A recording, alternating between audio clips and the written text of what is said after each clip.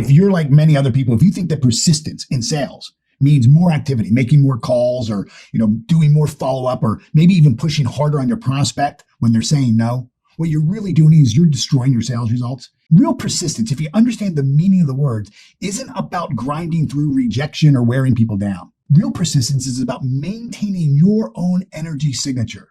This is the energy that you broadcast out, that people feel intuitively. And it should match the image of your goal, the success that you want, especially when everything around you is telling you that you should quit or lower your goals.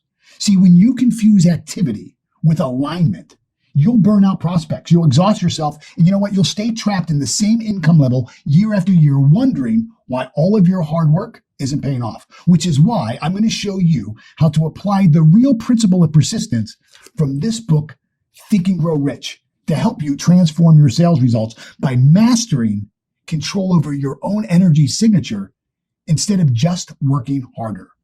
You see, most salespeople think that persistence means more calls or more follow-ups. But real persistence, as Napoleon Hill defined here, he said that persistence is to the character of man what carbon is to steel. Think about that. It's what fortifies and makes it strong. And that is all about you maintaining your own energy signature, your own emotions at the frequency of what you want to create, regardless of external circumstances. So let me share with you a personal story that kind of ties this in. When I was making $20,000 a year as a janitor, and that's when Patrick Hayes, my first mentor, this was 1990, Patrick Hayes handed me this book. I'm making $20,000 a year as a janitor. Now, not am I only going in the wrong direction. I'm going in the wrong direction and I'm picking up speed, okay?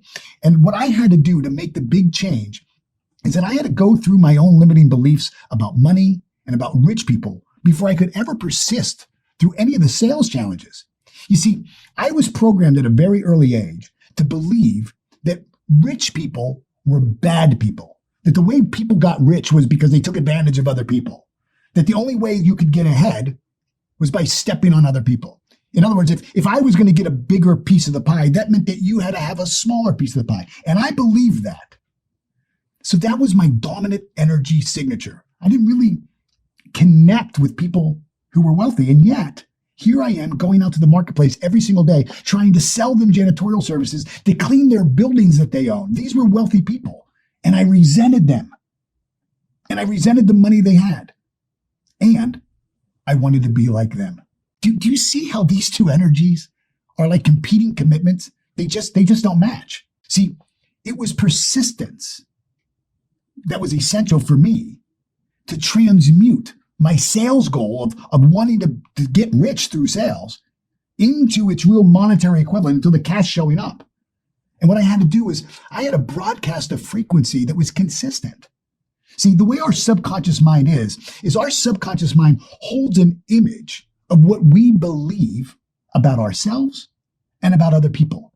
And it's our subconscious that really drives all of our behavior. Think about when you were learning how to drive a car. You had no idea how to drive the car. So the person beside you is trying to teach you. You're trying to figure out how to drive the pedals, how hard to press the gas or how hard to press the brake, and when to turn on the turn signal and how hard to turn the wheel. All of your conscious thinking, you're thinking about every single activity. And it's clunky and it's rough and it's probably filled with failure. And today, when you drive the car, you don't even think about it. It's because once you've learned the task in your conscious mind, your subconscious mind picks up the programming of what you really want. And now your subconscious mind drives the car. You've probably experienced this where you've driven somewhere and you get there and you were so busy talking to the person beside you, or so busy on the phone, maybe even texting, or worried about what the kids were doing in the back, that you don't even remember getting there. You didn't need to drive the car. Your subconscious mind, the part of you that holds the image and all the programming, that drives behavior, that holds all of our beliefs, drives the car, and it drives your sales success as well, with unwavering focus. And see, when we're working with prospects and the prospect says no, or the deal falls through, the difference between determination, like I'm going to muscle my way through it, and persistence is this. Determination usually causes us to quit when things get hard. It's great to kind of get started, but when we meet with real resistance, determination isn't enough. We need to be fortified, not just fortified in, our activity about doing it, but fortified in our belief, in our faith, in our belief that we can do it, in the faith that we can get better, in the faith that we've got the absolute best program or the best solution. Remember what sales is. Sales is the transference of the emotion of certainty. That's what sales is at its highest level.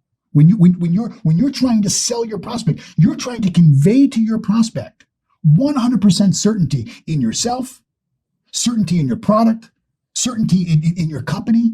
You don't do that by determination. You do that through persistence, through self-belief, through faith. See, persistence will continue even in the face of failure and struggle.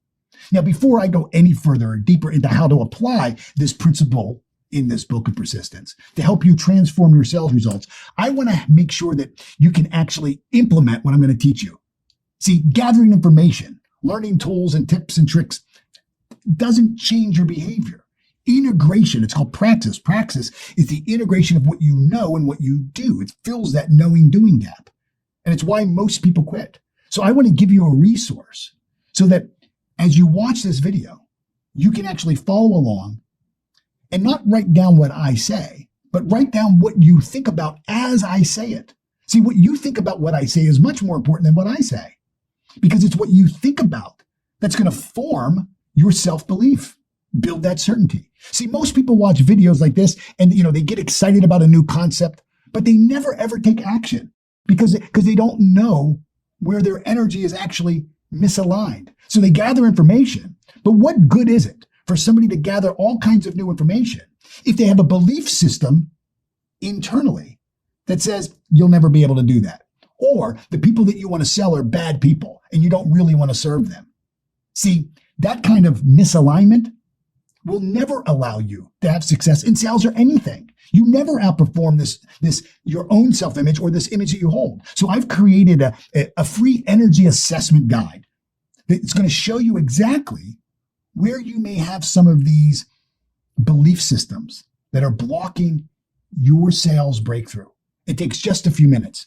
And I promise you will get immediate clarity on really specific beliefs and habits that keep you stuck right at your current income level. So the link is in the description below. Grab that assessment now while you're thinking about it. So go ahead and pause the button and then come back and finish this video. Trust me, when you know where your energy signature is off, when you know that, something that you're kind of broadcasting at an unconscious level is turning people off and rubbing people the wrong way, everything I'm about to teach you will make so much more sense. So let's dive in and how to apply this principle that Napoleon Hill talks about. And there's a specific 6-step process that is absolutely gold for sales professionals. First, I think it's important that you understand why this book is important. I owned a cleaning business for 18 years. And while owning that business, I would be in law libraries of some of the top lawyers. I would be in, the boardroom of some of the biggest companies.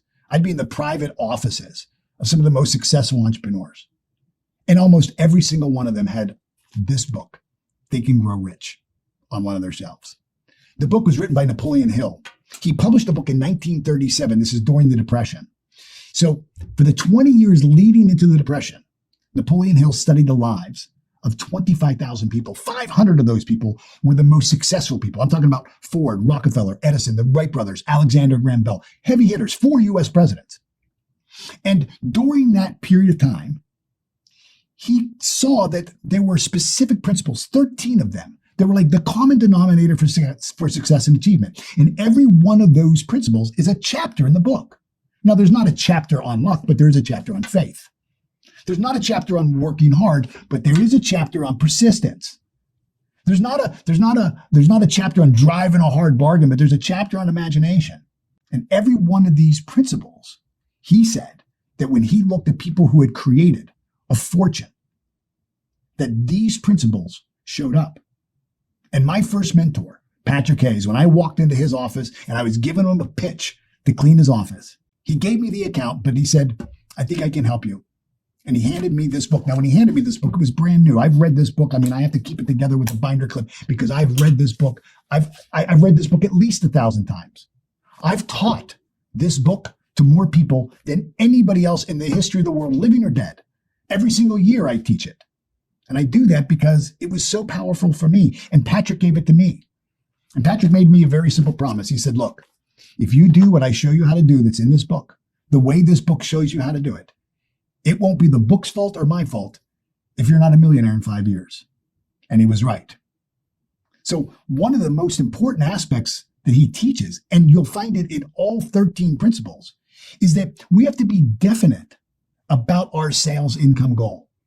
Like, what do we really want? But we can't have wandering generalities. We have to have meaningful specifics.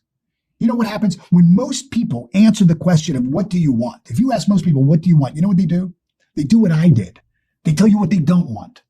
I don't want the repo guy taking my car. I don't want to get kicked out of my apartment for not paying rent. I don't want to get a divorce. Right? I don't want to have to keep cleaning toilets for the rest of my life. See, I knew what I didn't want. And because I knew what I didn't want, I focused all my energy on what I didn't want. And what I didn't want kept showing up. But I couldn't give you a real meaningful specific about what I wanted. I wanted more money. Well, see, vague goals create static in your energy transmission. It's like tuning a radio dial kind of without any precision. And that was my mistake. See, I said, I wanted more money. Well, if somebody would have given me $1 or $20, that was more money, wasn't it? Well, yeah, but that's not what I had in mind. See, the way our subconscious mind works, the part of us that builds our beliefs and drives all of our behavior, drives on very specific instructions. So you have to determine exactly what you want. And then, he says in the book, you have to be willing to give up something in return. See, you have to determine exactly what will you give up in return.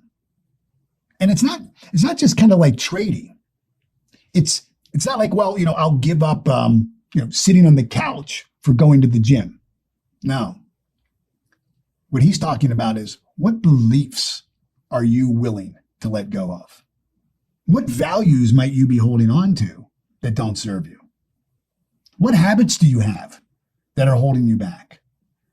So, like, what value and what passion, what expertise are you going to bring to your clients? And what are you going to be willing to let go of that gets in the way of you being and doing and having your very best? So we got to know exactly what it is that we want. We have to know what we're willing to let go of. We've got to give up the go up. And then next is, we have to have a really specific date for when we're going to do it. Now, the truth is that very few people ever hit the goal date. I've been setting goals this way for, 35 years. And I can honestly say, I think there's 3 or 4 times that I reached the goal on the date that I said I was going to do it.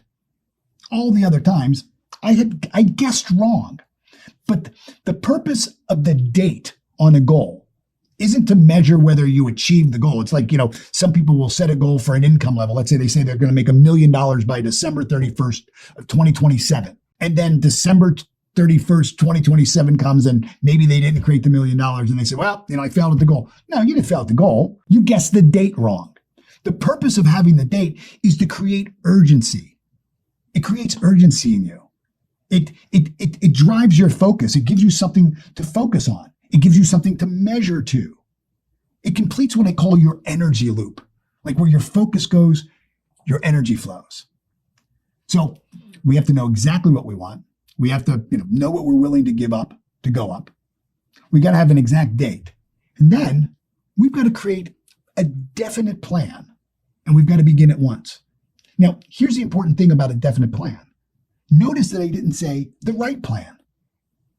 See, chances are, when I was building my business, when I was going from $20,000 a year to where we were doing $3 or $4 million a year in the cleaning business, when I was writing the plan for how I was going to get to $3 or $4 million, I had no clue what the plan was. But what I did have is a definite plan to start. I knew what I believed my first steps were, and that was a definite plan. I wasn't worried about making the right decision. I was willing to make the decision right. That's what we're talking about here in a definite plan. Now, this isn't just semantics. If you think that you're going to sit down and write out the correct plan and then fall in love with your plan, and when the plan starts to go wrong, what most people do is they surrender to the goal to hold on to the plan. No. When you're starting anything new and you draw up a plan, those plans are almost always going to be wrong at some point in the journey. So it's not about having the correct plan. It's about having a definite plan so that there's absolute action. So you're not just sitting back and waiting. There's a plan. It's a definite plan. It's a definite plan. And now, because I have a definite plan, I can begin to do something. And if what I begin to do doesn't work, I can change course. You need a result in order to improve a result. See, some of the very best sales plans have one step. One step. Make the next call. Book the meeting. That's the plan. The plan is to go out and, walk up and down the main boulevard, go into every single business I could do, cold call, introduce myself. Hi, my name is Paul. I'm with At Your Service Commercial Cleaning Business. I'd love to be able to give you a free proposal. Can I speak to the office manager? No, they're busy. Great. Can I get their business card? Can I get their phone number? Back then, this is 1991. We didn't have emails. I'm sure people did, but my business didn't. We didn't even operate on a computer at that time. And then the next day, I would sit there and I would call all those companies that I walked into. Hey, my name is Paul Martinelli. I was in yesterday. I'd like to see if Mary or Jim's available. That was my plan. It was a plan that I could do. It is a plan that as I did it, I could get better. Some of the best plans have one step. And sometimes that step is start. Do something. See, again, when I started my business, I started with $200. That's it. I had $200. I didn't need a complex plan. All I needed was the next action step. That's all I needed. I needed to know, what's the next thing? And that next thing was, I need a mop bucket. I need a wringer. I need a mop. I need a vacuum cleaner. Well, that looked like me going to a Home Depot, and it looked like me going to a vacuum store and buying a used vacuum, and me getting some paper towels and some Pledge furniture polish and some Windex window cleaner. And I was in business. You have to know what you want, a meaningful specific. You have to be willing to give some things up. You got to be willing to take yourself on. You got to have a date. You got to have a date for its achievement. You got to create urgency. You got to have an action plan. You need a result in order to improve your result. And then you take all of that and you reduce it into a written statement. And so I would write out a sales statement that, by this date, I will have, $1 million. And in exchange for this, I'm willing to do these things. I'm willing to surrender my attachment to doing it right, or me being right. I was willing to listen to other people. I was willing to get my ego out of the way. I was willing to let go of those things.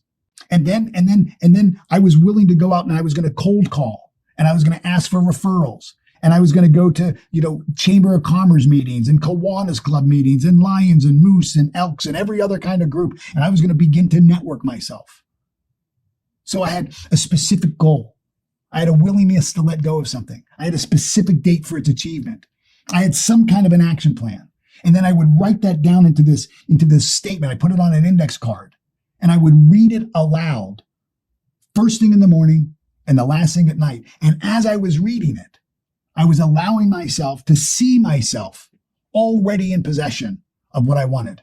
And that was really challenging because here I was living in an apartment with 4 other guys. 2-bedroom apartment. And we weren't living, 5 guys weren't living in a 2-bedroom apartment because we loved each other so much. It's because none of us could make enough money to pay the rent ourselves. And so here I am, I'm driving a Mazda 323 beat up car with a broken CV joint. So every time I turn the car, click, click, click, click, click. I'm a high school dropout. I've got no money. And yet I'm imagining myself having $1 million. I'm reading this card aloud every single day, telling myself that I was going to be able to sell my way into having a multi-million-dollar company. See, when my focus shifted to that, from all the things that I couldn't do and all the reasons why it wouldn't work. See, I started my business in 1988. If you look at 1988, that was a recession. It was a recession. Like, statistically, the worst time to start a business is in a recession. People aren't looking to take on more costs. So here I am. I've got no business experience. I've never owned a business before. I'm a high school dropout. I'm undercapitalized. And I'm selling into a recession. But my focus is on what I want to create. Not all the problems, not all the reasons why it won't work, not on the statistics that, high school dropouts don't amount to anything, or that 80% of most businesses fail in the first 5 years. I wasn't focused on those things any longer. I was no longer focused on demonizing the rich and they don't pay their fair share, and the only way they got ahead was by stepping. I left all that crap behind, and I focused all of my energy on what I wanted. And I truly believe this, and I know this in my heart, and I know this in my results. My prospects could feel my energy before I even opened my mouth. See, when I first started, I would sit across the table with them, to try to pitch them. And the energy I was putting out was scarcity. Like, I needed the deal. Like, I was just starving. Like, oh my gosh, like nobody wants to do business with somebody who's, at the end of their rope. Nobody says, geez, this guy's in a real struggle. It looks like his life's a mess. Let me give him the alarm codes and the keys to the building and let him come in, when nobody's here. They could feel that energy. Now, when I walked in with this sense of calm confidence, like, I would really love to have your business. And if I'm fortunate enough to give it, I'm going to serve you at the highest level. And if you say no, that's okay. Because there are lots of other people who are waiting for me to come. I can only service 20 businesses a night. I really hope that you're one of them. But if you're not, I believe you're playing cleaning company roulette. That was the energy that I had after studying this book and after really applying what I'm teaching you on my channel about the mindset of sales. Look, I've got all the tactics and all the strategies. I've got all of those things. Everything that you would expect from a world-class program, you're going to find in my program. But the difference is in the mindset. You are the key difference. See, I could give all the tips and all the tricks and all the strategies to 100 people. And the truth is it's the people with the right mindset who will actually do what I've shown them to do. Other people will bitch and complain, moan and complain. Well, the leads aren't any good, or this time of year isn't good. And what happens is they broadcast out resistance energy. Like, people are like, I'm just not sure. I don't get a good vibe from that person. That's that other person's intuition reading your energy. They used to read my energy like a book, and trust me, my energy wasn't energy you wanted to be around. So when you are being truly persistent, it's not just that you're doing more things. It's not that, you're making more calls than the other person. Persistence is more than activity. It's an alignment. It's about maintaining this success frequency. That's what it's about. It's about seeing objections, maybe even before they come. And when the objection comes, seeing an opportunity to turn that objection, whatever it seems to be as an obstacle, into an opportunity, and being able to really pivot and shift your energy and actually lead the sales conversation. See, most salespeople quit at the first sign of opposition. Like, I would walk in and, somebody say, well, we're happy with somebody we've got. Okay. Just because they said they were happy with somebody else. We're happy with the people we have now. Okay. And I'd leave. Or, your insurance, you don't have enough insurance requirement. Okay. And I'd quit. And I think that's what happens for most salespeople. At the first sign of opposition, the first sign of resistance. But if you have persistence, if like that's your dominant mental attitude is persistence, you'll use whatever that resistance is to get better, to challenge yourself, to grow yourself. so that you can build deeper certainty in you. Think of it like kind of like water and oil. If your current energy, think about the dominant energy, think about what you believe about your ability, about the marketplace you're in right now. Think about your clients. Think about the economy. Like, what level of certainty do you have? What's your current energy? When people meet you, are you optimistic? Are you like really focused on them and really listening into how you can serve them? Are you really tuned into what it is that you want, and you know with 100% certainty and clarity how to describe it to somebody else so that when you see it, it matches and you know this is it, this is what I want? Is your current energy a match for the goal that you want? You know, when I set a goal to have a $1 million business, that $1 million, that idea has an energy to it. Everything has energy to it. This table has energy. You know, it's glass. The ring that hits the table, the ring is energy. The finger that the ring is on is energy. And what's really powerful is this glass was at one time sand. If I poured water on top of this glass, it would just kind of go all over. It wouldn't be absorbed. But in its original state, the energy of glass was sand. If I poured water on it, go right through it like a sieve. But what we did was we transmuted the energy of sand and we created something different. Glass. Same energy, just at a different vibration. And this is what I made the change in. It was still me, but I changed my energy signature. I didn't have to force everything. I started focusing on what I really wanted. And I started focusing on helping other people get what they wanted. I really started focusing on being solution-based. I really focused on, what would my life be like if I built $1 million business? What would it be like? And you see, for most people never think that way. Most people never think that way. They're so focused on what they don't want that they never really tune into the energy of what they do want. And I think what holds most people back is the fear of criticism. Of like, what will other people think? What if they go for their big dream? What if they speak of this new goal and they fail? Like, what will other people think of them? That's really the number one killer for most salespeople, is they're worrying what other people on their team, with their manager, with their spouse, even their prospects. What will people think? Instead of focusing on what they really want and the value that they can provide. I had a salesperson who was stuck at $100,000 a year who was afraid to ask for big deals. They were afraid because they didn't want people to think that they were greedy. They were already making $100,000, and nobody in her family had ever made $100,000. And she had a limit that $100,000 was about all anybody was really worth. Nobody should have more than that. She heard that her whole life growing up. Her father made about $40,000. It's the most he had ever made in her entire life. So she's listening to her father and her mom and everybody in their circle of influence talk about the demonization of rich people. That the reason they were stuck in the conditions they were in is because the rich people took more than their fair share, and nobody needs that kind of money. Nobody needs 2 houses. And as soon as she started to make real money, she started to shut down. She started to sabotage herself. See, it wasn't that she didn't have the tactics. It wasn't that she didn't have the desire. She wanted more. But she had working against her a belief system that said that it was wrong for her to do that. And she was so worried that, what if she starts to make $250,000 a year?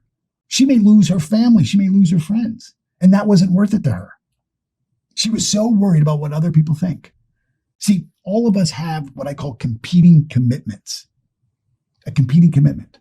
So where you are right now in your goal achievement process, we talk about where you are right now is your current departure point. For me, when Patrick Hayes gave me this book, it was, 2 years in business. I was at $20,000 a year. That was my departure point. That's where I was starting from. And my competing commitment was that I wanted to be rich, but that rich people were bad. That, rich people didn't take care of other people. that rich people stepped over top of other people. And I certainly saw myself as a nice guy. And I didn't want to be a bad guy. I didn't want to take from other people. And so I would start to sabotage my persistence.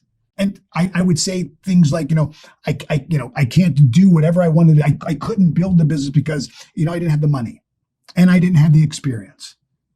And, it's a bad economy. And I had all these excuses. And one of the things I realized is, look, the only thing worse than an excuse is a good excuse. And I had all kinds of good excuses. See, there's this hidden guide within each of us that tests every salesperson through discouraging experiences, those who persist and those who fail. And this guide will help you identify limiting beliefs, just habits that you have that really test and challenge you on your way to creating success and achievement. And the first step in changing or increasing your income or increasing your sales results always starts with awareness. You can't fix that which you don't know is broken. I used to operate with what I call poverty consciousness. And poverty consciousness kind of develops automatically. But sales success, sales consciousness has to be created deliberately. See, because most of us didn't grow up surrounded by wealth. My family grew up poor, and I know many other people who, they weren't poor. They had a decent childhood, but they certainly, weren't flying off to Europe and taking European vacations with their family. They didn't live in a big estate or mansion. They didn't have, private schools and private tutors. Most of us who were in sales, we didn't have prosperity consciousness. We had poverty consciousness. And if we did have the blessings of prosperity, we were told that that's exactly what they were. They were blessings and that we were lucky to have them. And that, we should really, count our blessings because we were super lucky. This is, we won life's lottery. We were blessed. God was choosing to bless us. And, if we screw it up, maybe he won't. That's what I believed. See, poverty consciousness is a default to our past programming. Prosperity consciousness, sales success consciousness, it has to be created. You have to be very deliberate. You have to be very intentional. And it's not just in what you do, it's in who you are while you do it. It's this persistent mental discipline. I want to give you 4 simple steps. Again, these steps are so simple. They require no special intelligence. It's definiteness of purpose. Like, you know exactly why you're doing what you're doing. It's continuous action, meaning you're not worried about getting it right. You're not worried about being right. You're focused on moving forward. That's it. And in the absence of knowing whether this is right or wrong, you have to ask yourself, if I move forward and it works, will it move me closer to my goal? And the answer is yes, then you got to go. You got to act, even when you're not ready. So it's definiteness of purpose. It's a commitment to action. It's a closed mind to negativity. That means you're not going to listen to the news. You're not going to listen to the naysayers. You're going to tune into a voice that's speaking really positive stuff to you. And then you're going to find what I call a mastermind group. We've got one right here on this channel. As you subscribe and you join into the comments through the Martinelli sales system, there's a community of like-minded people that will encourage you, that will believe in you. See, you got to surround yourself with other sales professionals who call you into greatness. Instead of saying, yeah, geez, well, this is going to be a tough economy, or geez, what's going on with the tariffs, or what's going on with trade, or what's going on with world peace. Yeah, geez, this is a tough environment. Birds of a feather flock together. And if you looked at my nest, I didn't have eagles, I had turkeys. So you want to make sure that the voices that are speaking into your life are talking about your potential, about greatness, instead of making it okay for you to quit, or okay for you to settle for less, or, will commiserate with you as you make excuses for whatever your current results are. So persistence, it has to be applied to every area of your sales. Not just when you're, in front of the prospect, but while you're getting ready to go prospecting. Your mindset as you're, at home, getting ready to go out and cold call or getting ready to pick up the phone. Persistence has to be applied during the prospecting, certainly during the presenting, during the following up. All the while, in all of that, you need to be maintaining your own energy signature.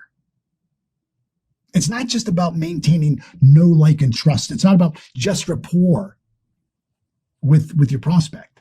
You're going to have rapport with yourself. And what I found is that this universe, it moves fast. The universe likes speed. And so when you get an idea or when an opportunity opens, boy, you've got to act. You can't make agreements with what you can't do. You can't make agreements with not being ready or the timing isn't right. You've got to start making agreements with I can, I will, I must. See, your dream will never be able to survive on all of these departure point excuses. I was never going to build $1 million business taking all of my excuses and all of my reasons why things wouldn't work out and all of my focus on the negative energy and kind of dragging it towards the future. There's a biblical principle that says, let the dead bury their dead, right? I'm of the Christian faith. And there's a story of Jesus. And he comes across this crippled man at the pool of Bethesda. And what would happen is, as story goes in the Bible, the Spirit of the Lord would fly down, touch the water, and whoever was first into the water would be healed. And this crippled guy was by the pool of Bethesda. And he had this filthy, dirty mat that he sat on and lived on. And every time the Spirit of the Lord would come and there was a healing, he would never have the opportunity to be first. And Jesus heals the man. And after Jesus heals the man, as he's walking away, he notices something.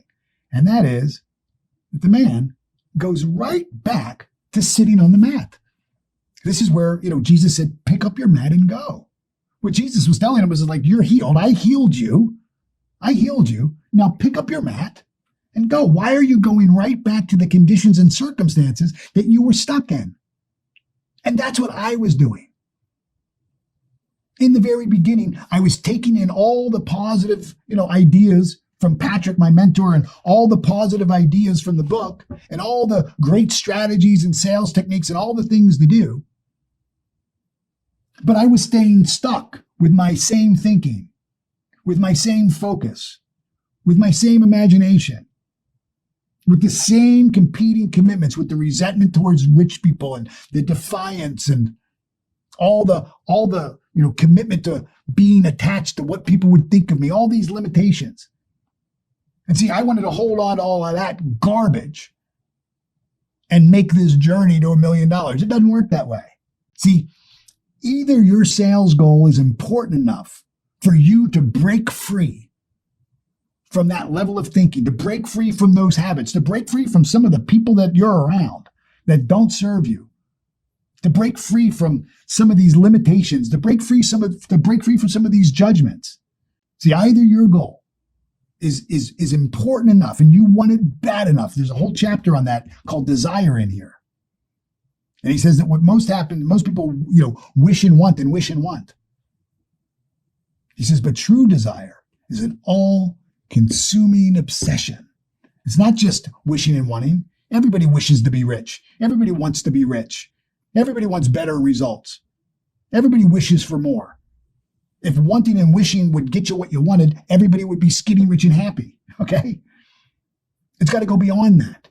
And so either this goal that you have, this specific goal, for me, it was $1 million in sales, is important enough for me to let go of all of that, to break free from that, to pick up my mat and go, or it's not.